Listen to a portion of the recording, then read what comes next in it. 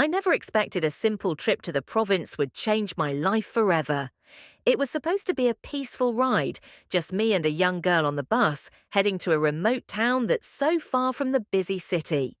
But what seemed like an ordinary journey took a dark turn I'll never forget. I could feel the weight of something heavy hanging in the air the moment I met her. The girl was in her early 20s, a bit younger than me, and looked like she had been on the road for hours. She was dressed simply, a small backpack resting on her lap, and her eyes, though tired, held a sense of calm.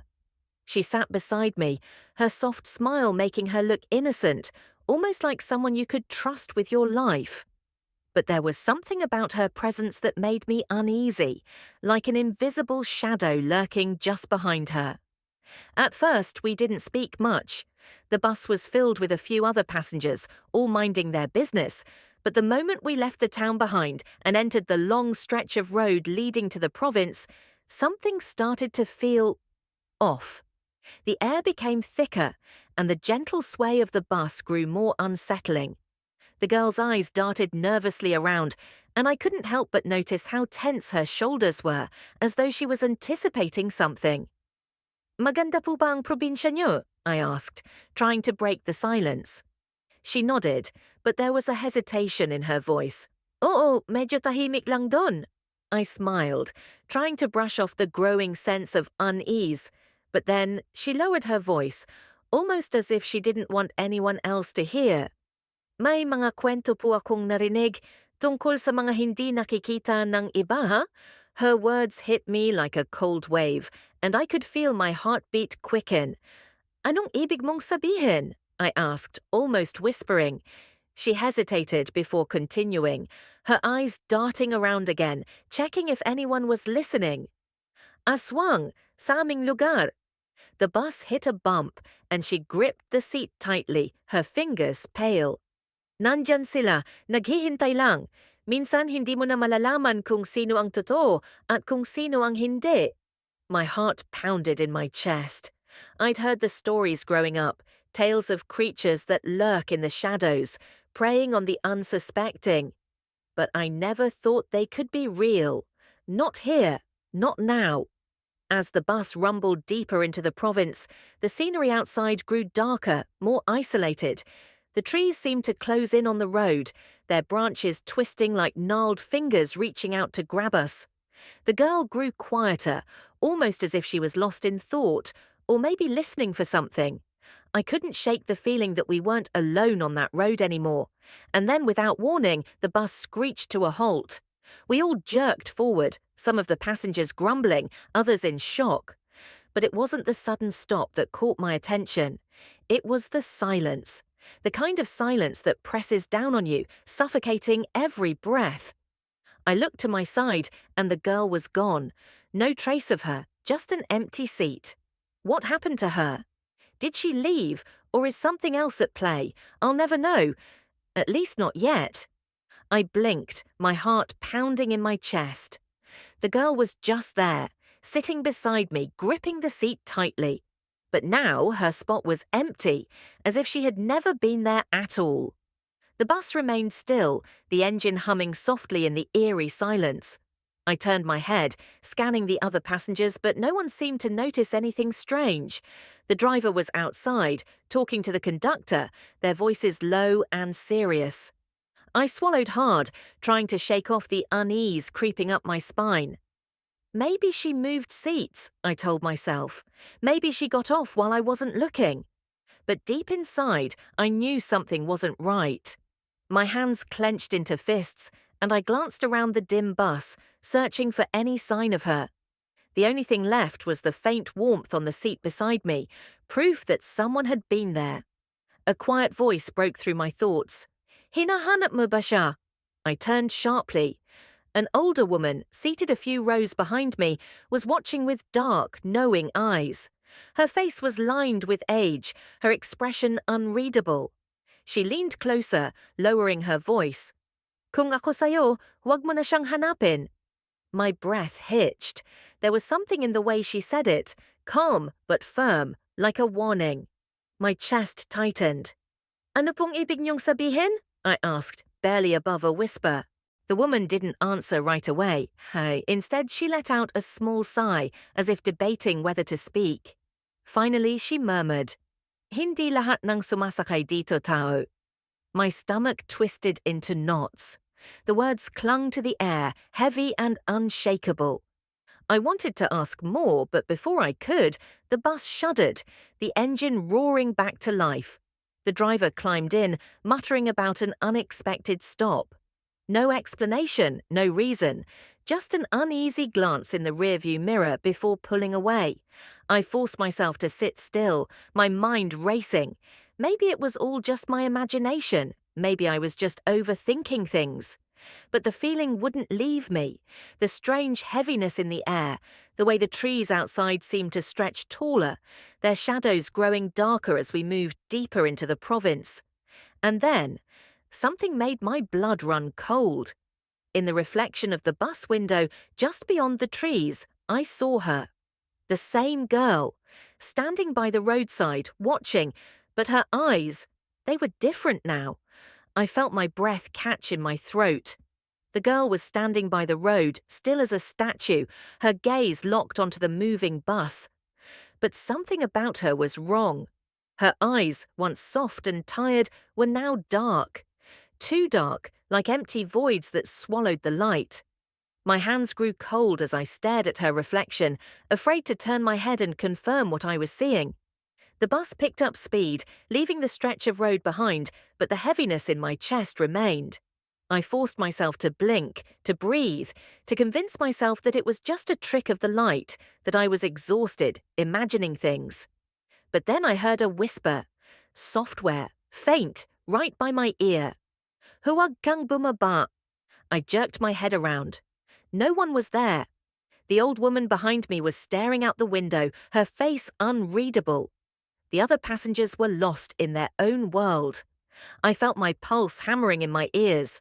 Something was terribly wrong. I turned my gaze back outside. The trees blurred past, dark shapes stretching under the dimming sky. But even as we moved forward, I couldn't shake the feeling that we weren't leaving something behind. Instead, something was coming with us.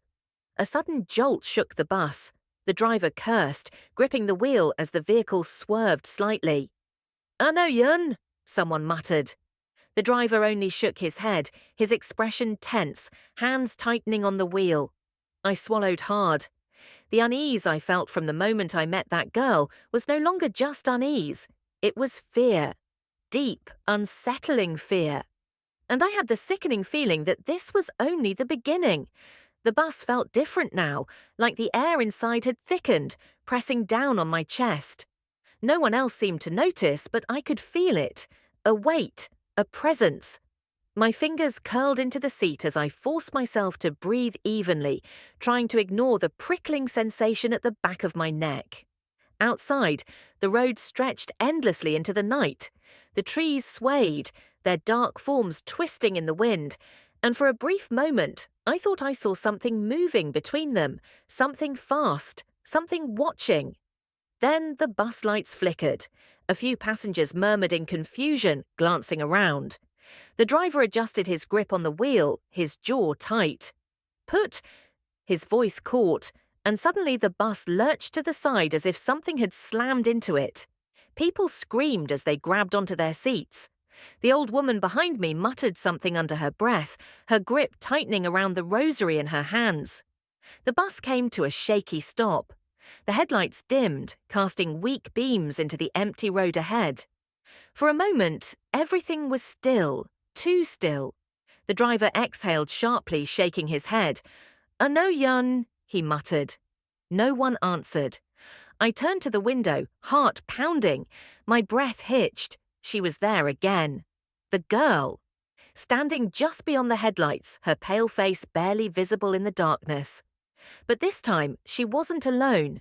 Shadowy figures stood beside her, their forms too tall, too thin. Their eyes gleamed unnaturally, reflecting the weak light like hungry animals. And then, without warning, she smiled. The bus engine sputtered, the lights flickering once more. Then everything went dark. Darkness swallowed the bus. The hum of the engine died, leaving only the frantic breathing of the passengers. Someone fumbled for their phone flashlight, but before they could switch it on, a strange sound filled the air. A low, guttural whisper, like wind slipping through cracks, but thicker, heavier. It wasn't coming from outside, it was inside. Panic crawled up my spine. My hands trembled as I reached for my phone, but my fingers felt clumsy, numb. The old woman behind me started praying under her breath, her whispers blending with the eerie sound surrounding us.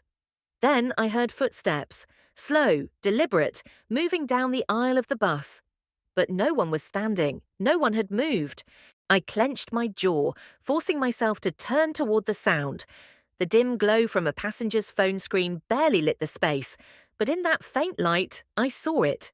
Shadows shifting unnaturally, curling along the seats like living smoke. My chest tightened. The girl, where was she? I turned toward the window again, but she was gone. The bus shuddered. The driver frantically turned the key, muttering curses, but the engine wouldn't start. Then the whispers stopped. Everything fell silent. Too silent. A chill crept over me, and in that breathless stillness, I felt it. A presence. Something was inside with us. Then a single knock. It came from the front of the bus, soft but deliberate.